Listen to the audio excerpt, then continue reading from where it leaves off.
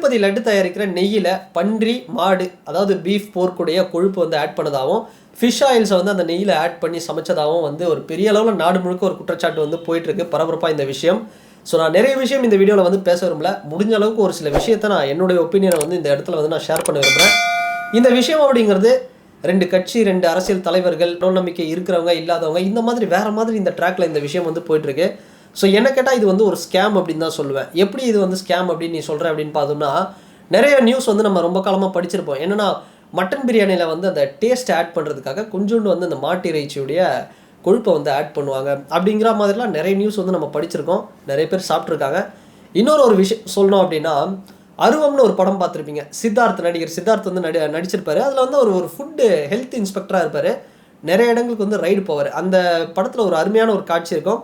அது உண்மை சம்பவத்தை வச்சு தான் வந்து அந்த காட்சியை வந்து எடுத்திருக்காங்க. எப்படின்னா, ஒரு ஹை கிளாஸ் பியூர் வெஜிடேரியன் ரெஸ்டாரண்ட்ஸில் ஸோ கிச்சனில் வந்து என்ன பண்ணுறாங்க அப்படின்னு வந்து சித்தார்த்து போயிட்டு கேட்பாரு. உடனே அவர் வேற ஒருத்தரை கை காட்டுவார். அந்த இடத்துக்கு போய் பார்த்தோம் அப்படின்னா, தோரம் பருப்பில் அந்த சாம்பார் ரைஸ் தயாரிக்கக்கூடிய அந்த தோரம் பருப்பில் வந்து அந்த கொஞ்சம் அந்த பீஃபோடைய அந்த கொழுப்பை வந்து ஆட் பண்ணியிருப்பாங்க. ஸோ இந்த விஷயம் வந்து ஒரு அதிர்ச்சியாக இருக்கும். ஆனால் அந்த ஹோட்டலில் சாப்பிட்றவங்களாம் பார்த்தோம்னா பியூர் வெஜிடேரியன் தான் இருப்பாங்க அந்த காட்சியில். ஸோ அது மாதிரி இது வந்து ஒரு ஸ்கேம் தான். எப்படி பார்த்தாலுமே இது வந்து ஒரு ஸ்கேம். இது மாதிரி நிறைய விஷயங்கள் வந்து நடந்திருக்கு. இந்த விஷயம் திருப்பதி லட்டில் நடந்தது தான் இன்றைக்கி நாடு முழுக்க பெரிய அளவில் வந்து தெரிய வந்திருக்கு அப்படின்னு தான் சொல்லணும். ஸோ இதை விட்டுட்டு எங்கெங்கெல்லாம் போயிட்டாங்க அப்படின்னு பார்த்தோம்னா, ஒரு பக்கம் சந்திரபாபு அவர்கள் என்ன சொல்கிறாரு, இந்துக்களுடைய அந்த மத நம்பிக்கையும் அவங்களுடைய மனசை வந்து புண்படுத்திட்டாரு ஜெகன்மோகன் அவர்கள் தான் வந்து காரணம். ஏன்னா அவர் ஆட்சியில் தான் கடந்த 5 வருஷத்தில் இது மாதிரியான ஒரு விஷயங்கள் வந்து நடந்தது. இது வந்து ஒரு நிர்வாகத்திறன், இதுக்குள்ளே நடந்த ஊழல்னால இந்த ஒரு விஷயம் நடந்தது. ஆனால் ஒட்டுமொத்தமாக இதுக்கு காரணம் வந்து ஜெகன்மோகன் அப்படின்னு சொல்லிட்டாங்க. ஜெகன்மோகன் அவர்களும் என்ன சொல்கிறாரு, என்னை வந்து பழி வாங்குறதுக்காக இது மாதிரியான ஒரு குற்றச்சாட்டுகளை வந்து வைக்கிறாங்க அப்படின்னு சொல்கிறாங்க. ஒரு பக்கம் ஆந்திராவில் பார்த்தோம் அப்படின்னா மக்கள் வந்து ஜெகன்மோகன் அவர்களுடைய உருவ பொம்மையெல்லாம் எரிக்கிற அளவுக்கு வந்து வந்துட்டாங்க. ஸோ ஒட்டு மொத்தமாக நம்ம பார்த்தோம் அப்படின்னா, இது வந்து இடதுசாரிகள் வலதுசாரிகள் கடவுள் நம்பிக்கை இருக்கிறவங்க இல்லாதவங்க இப்படி ஒரு சண்டையாக பார்க்குறத விட இது வந்து ஒரு ஸ்கேமாக தான் பார்க்குறோம். ஏன்னா ஒரு நாளைக்கு தேவைப்படுற அந்த நெய் ஒரு லிட்டர் அப்படிங்கிறது பார்த்தோம்னா 1 கிலோ நெய் அப்படிங்கிறது கிட்டத்தட்ட ஒரு 400 ரூபா கிட்ட வந்து செலவாகுது. ஆனால் இதை வந்து எப்படி கம்மி பண்ணலாம், இதை வந்து எப்படி மினிமைஸ் பண்ணி இதிலேருந்து நம்ம கொள்ளையடிக்கலாம் அப்படிங்கிற மாதிரி தான் மேனேஜ்மெண்ட்டில் சில பேர் வந்து இது மாதிரியான விஷயங்கள் பண்ணியிருக்காங்களே. ஸோ என்னுடைய ஒப்பீனியன் பொறுத்த வரைக்கும் பார்த்தோம் அப்படின்னா, ரிலீஜன் அப்படிங்கிற ஒரு விஷயத்தை வந்து தாண்டி நான் சில விஷயங்கள் வந்து நான் பேச விரும்புகிறேன். ஏன்னா நான் வந்து ஒரு சர்டிஃபிகேட் படி பார்த்தோம் அப்படின்னா ஒரு ஹிந்துவாக தான் என்னை வந்து நான் கிளைம் பண்ணிக்கிறேனே தவிர, நான் வந்து ஒரு ஹிந்துவில் இந்த பிரிவு ஸோ அப்படின்னு வந்து நான் வந்து கிளைம் பண்ணிக்க நான் வந்து விரும்பலை. ஏன்னா சப்போஸ் நான் ஒரு கிறிஸ்டியனாக இருந்தாலும் சரி, முஸ்லீமாக இருந்தாலும் சரி, நான் வந்து இந்த ரிலீஜன், நான் இதில் வந்து இந்த பிரிவு ஸோ இது மாதிரியான விஷயங்கள் எனக்கு வந்து பர்சனலாக என் லைஃப்பில் வந்து அந்த ஒரு விஷயம் அப்படிங்கிறது நான் ரிலீஜியனாக இருக்க வந்து விரும்பலை. ஸோ இந்த இடத்துல நான் எதுக்காக இந்த விஷயத்தை நான் முன்னாடியே ஒரு டிஸ்க்ளைமராக சொல்கிறேன் அப்படின்னா, நான் சொல்ல போகிற விஷயம் அப்படிங்கிறது கொஞ்சம் சில பேருக்கு வந்து ஒரு ஹார்ஷாக கூட இருக்கலாம். ஏன்னா இங்கே பார்த்தோம் அப்படின்னா கடவுள் நம்பிக்கை இல்லாதவங்க இல்லை சில பேர் அதாவது என்ன சொல்கிறாங்கன்னா, மச்சான் நீ வந்து போகும்போது ஒருத்தர் ஃப்ரெண்ட்ஸ்குள்ளே பேசிக்கும் போது, மச்சான் நெக்ஸ்ட் டைம் நீ திருப்பதிக்கு போகும்போது பீஃப் லட்டு ஒரு 2 எனக்காக வாங்கிட்டு வா அப்படின்னு சொல்கிறாங்க. இவங்கெல்லாம் யாருன்னு பார்த்தோம் அப்படின்னா, ஒருத்தன் பியோர் வெஜிடேரியன் குக்கிங் சேனல் வச்சுருப்பான். அவன்கிட்ட போயிட்டு அந்த குக்கிங் சமைக்கிறவர் வந்து சின்ன வயசுலேருந்தே அவர் ஒரு எக்கு கூட சாப்பிட்ருக்க மாட்டார். அவர்கிட்ட போயிட்டு நெக்ஸ்ட் டைம் வந்து சிக்கன் 65 வந்து சமைச்சு போடுங்க வீடியோ, நெக்ஸ்ட் டைம் வந்து பீஃப் வந்து சமைச்சு போடுங்க, போர்க் சமைச்சு போடுங்க அப்படின்னு சொல்லுவாங்க. வேணும்னே போய் கமெண்ட் பண்ணுற சில பேர் தான் இன்றைக்கி தேவையில்லாத ஒரு பாலிடிக்ஸ் வந்து பண்ணிட்டு இருக்காங்க. நான் என்ன கேட்குறேன் அப்படின்னா, இன்றைக்கி வந்து திருப்பதி லட்டில் வந்து ஊழல் நடந்துருச்சு. இது மாதிரியான பன்றி இறைச்சி மாட்டு இறைச்சியோட கொழுப்பெல்லாம் வந்து மிக்ஸ் பண்ணிட்டாங்க. இது வந்து மக்களுடைய மனசை வந்து கஷ்டப்படுத்துது. இது மாதிரி எல்லாம் விஷயம் வந்து போயிட்டுருக்கு. ஸோ மக்கள் வந்து பார்த்தோம் அப்படின்னா ஏற்கனவே வந்து ஒரு கஷ்டமான ஒரு மனநிலையில் இருக்காங்க. இந்த டைமில் இந்த ஏத்திஸ்ட்ன்ற பேரில் சில பேர் கடவுள் நம்பிக்கை இல்லாதவங்க, சில பேர் வந்து ஒரு ரிலீஜியனை வந்து இப்போ தூக்கி பிடிச்சி இன்னொரு ரிலீஜியனை வந்து கேவலப்படுத்தணும் அப்படின்றதுக்காக ஒரு மைண்ட் செட்டில் இருக்காங்க பார்த்தீங்களா, அவங்க தான் ஒரு பெரிய அளவில் ஒரு சீப்பான ஒரு பாலிடிக்ஸ் பண்ணிகிட்ருக்காங்க. ஏற்கனவே உடஞ்சி நொந்து போயிருக்கிறவங்க கிட்ட நீ போயிட்டு ஒரு 2 பீஃப் லட்டு வாங்கிட்டு வா, நீ போயிட்டு இந்த மாதிரி அதாவது மாடு அப்படிங்கிறது தெய்வமாக பார்த்தீங்க, இப்போ பார்த்தியா எப்படி மிக்ஸ் பண்ணிட்டாங்க, அதுக்கு தான் எதையும் வந்து எந்த உணவையும் வந்து இப்போ இதுவாக பார்க்கக்கூடாது அப்படி பார்க்கக்கூடாது தேவையில்லாத ஒரு சில கருத்துக்களை வந்து போட்டுருக்காங்க.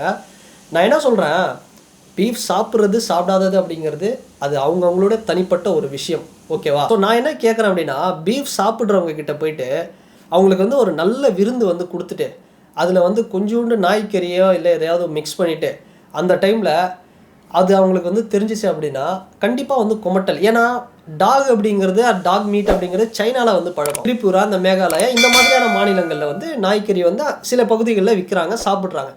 ஸோ பீஃப் வந்து சாப்பிட்றியே, சிக்கன் சாப்பிட்றியே, மட்டன் சாப்பிட்றியே, கொஞ்சம் நாய்க்கறி சாப்பிட்டா என்ன அப்படின்னு சொன்னால் அவருடைய மனநிலை அப்படிங்கிறது எப்படி இருக்கும், அவருடைய அந்த முகம் சுளிக்கக்கூடிய விஷயம் வந்து எப்படி இருக்கும். ஸோ இன்னொரு விஷயம் எடுத்துக்கிட்டோம் அப்படின்னா இது வந்து ஒரு ரிலீஜியனில் நடக்குது. இப்போ ஃபார் எக்ஸாம்பிள் வந்து சந்தனக்கூடு மாதிரியான ஒரு விழா, இல்லை ஒரு 2000 முஸ்லீம்களுக்கு வந்து ஒரு விருந்து அளிக்கிறோம். ஸோ அப்படி ஒரு விருந்து அளிக்கும் போது என்ன ஆகுது அப்படின்னா அந்த இடத்துல மட்டனுக்கு பதிலாக கொஞ்சம் யாரோ தெரியாமல் கொஞ்சம் போர்க்கு வேணும்னு சில விஷயம்லாம் வந்து மிக்ஸ் பண்ணி பன்றி இறைச்சி வந்து மிக்ஸ் பண்ணுறாங்கன்னு வச்சுக்கோங்களேன். ஸோ அப்போ வந்து அந்த ஒரு விஷயம் தெரியும் போது ஒரு இஸ்லாமியருக்கு எப்படி இருக்கும், எப்படி ஒரு ஃபீலாக இருக்கும். ஓகே, நமக்கு பிடிக்காதுன்னு தெரிஞ்சு வேணும்னே இது மாதிரி சில விஷயத்த பண்ணுறாங்க. ஸோ நம்ம வந்து சாப்பிட்டு பழக்கமே இல்லை, இது மாதிரி வந்து பண்ணும்போது அவருக்கு ஆட்டோமேட்டிக்காக ஒரு குமட்டல் ஏற்படும். ஏன்னா அவர் வந்து அதை வந்து ஒரு தேவையில்லாத ஒரு விஷயமா தான் பார்க்குறாரு, அவங்க பழக்கப்படலை. ஸோ அது மாதிரி திருப்பதி லட்டு அப்படிங்கிறது இன்னொரு விஷயம் பார்த்தோம் அப்படின்னா திருப்பதியில் கீழ் திருப்பதி வரைக்கும் தான் வந்து சிக்கன் ரைஸோ ஒரு எக் ரைஸோ வந்து கிடைக்கும். மேலே போனோம் அப்படின்னா ஒரு எக்கு கூட கிடைக்காது, ஒன்லி பியூர் வெஜிடேரியன் மட்டும்தான் ஃபுட்டு கிடைக்கும். அப்படிப்பட்ட ஒரு இடத்துல இப்படி இது மாதிரி ஒரு விஷயம் நடக்குது அப்படின்னா இங்கே வந்து ஒரு ரிலீஜியன் இப்படி தானே பண்ணிட்டுருங்கம்மா, மாடை வச்சு அரசியல் பண்ணிட்டுங்க, நல்லா வந்து இது பண்ணுங்க வாங்குங்க அப்படிங்கிற மாதிரி தேவையில்லாமல் ஒரு குற்றம் சாட்டாமல் அவங்கள குறை சொல்லாமல் கிண்டல் கேலி பண்ணாமல். ஸோ இது வந்து ஒரு ஸ்கேம் நடந்திருக்கு. ஸோ இதில் வந்து பல மக்கள், அதாவது இந்துக்கள் அவங்களுடைய பல பேருடைய நம்பிக்கை வந்து இங்கே அவமரியாதை பண்ணப்பட்டிருக்கு. ஸோ இதுக்கான கரெக்டான ஒரு விஷயம் பண்ணோம்னா இந்த டைமில் நீ வந்து எப்படி ஓய் பீஃப் லட்டு எப்படி இருந்தது, பீஃப் லட்டு எப்படி இருந்தது, போர்க் லட்டு எப்படி இருந்தது, ஃபிஷ் ஆயில் வந்து எப்படி இருந்தது. ஸோ இது மாதிரியான ஒரு விஷயங்கள்லாம் தேவையில்லாமல் பேசி இந்த ஒரு விஷயம் அப்படிங்கிறது ஸ்கேம், இது வந்து ஒரு ஸ்கேமாக தான் பார்க்கணும். அதை விட்டுட்டு வந்து ரிலீஜன், இது எந்த ரிலீஜனாக இருந்தாலும், இப்போ கிறிஸ்டியானிட்டிலே பார்த்தோம் அப்படின்னா 48 நாள் விரதம் இருக்கும்போது ஒன்லி வந்து பியோர் வெஜிடேரியன் சாப்பிட்றவங்களாம் இருக்காங்க. ஸோ நானே நிறைய பேர் பார்த்துருக்கேன்.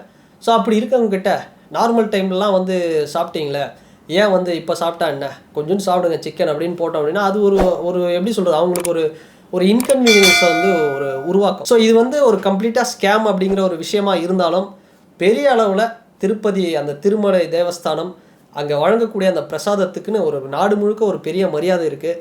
ஸோ இந்த டைமில் பார்த்தோம்னா அவங்கவுங்க நம்பிக்கையை வந்து கேவலப்படுத்தாமல், ஸோ அதை வந்து ரொம்ப கொச்சைப்படுத்தாமல், அதை வந்து ட்ரோல் பண்ணாமல், ஸோ இந்த ஸ்கேமுக்கு என்ன ஒரு வழியோ இதை ஒரு அரசியலாக்காமல் தங்களுடைய கருத்தை முடிஞ்ச அளவுக்கு வந்து ஒரு நல்ல ஒரு விதமாக வந்து போடுங்க. ஸோ இதை வச்சு வந்து ஒருத்தர் சண்டை போட்டுக்கிறது, இந்த கிளாஸு டிவிஷன் இது மாதிரியான விஷயங்கள் கண்டிப்பாக வந்து பிரச்சனை இருக்குது. அதாவது பீஃப் வந்து புனிதம், பீஃப் சாப்பிட்றவங்களாம் வந்து ஒரு மாதிரி கெட்டவங்க, இது வந்து ஒரு தப்பான ஒரு விஷயம் தான். பீஃப் சாப்பிட்றவங்களாம் வந்து ஒரு தீண்டாமை கடைப்பிடிக்கப்படுறது அப்படிங்கிறது சமூகத்தில் இருக்கு, நான் இல்லைன்னு சொல்ல.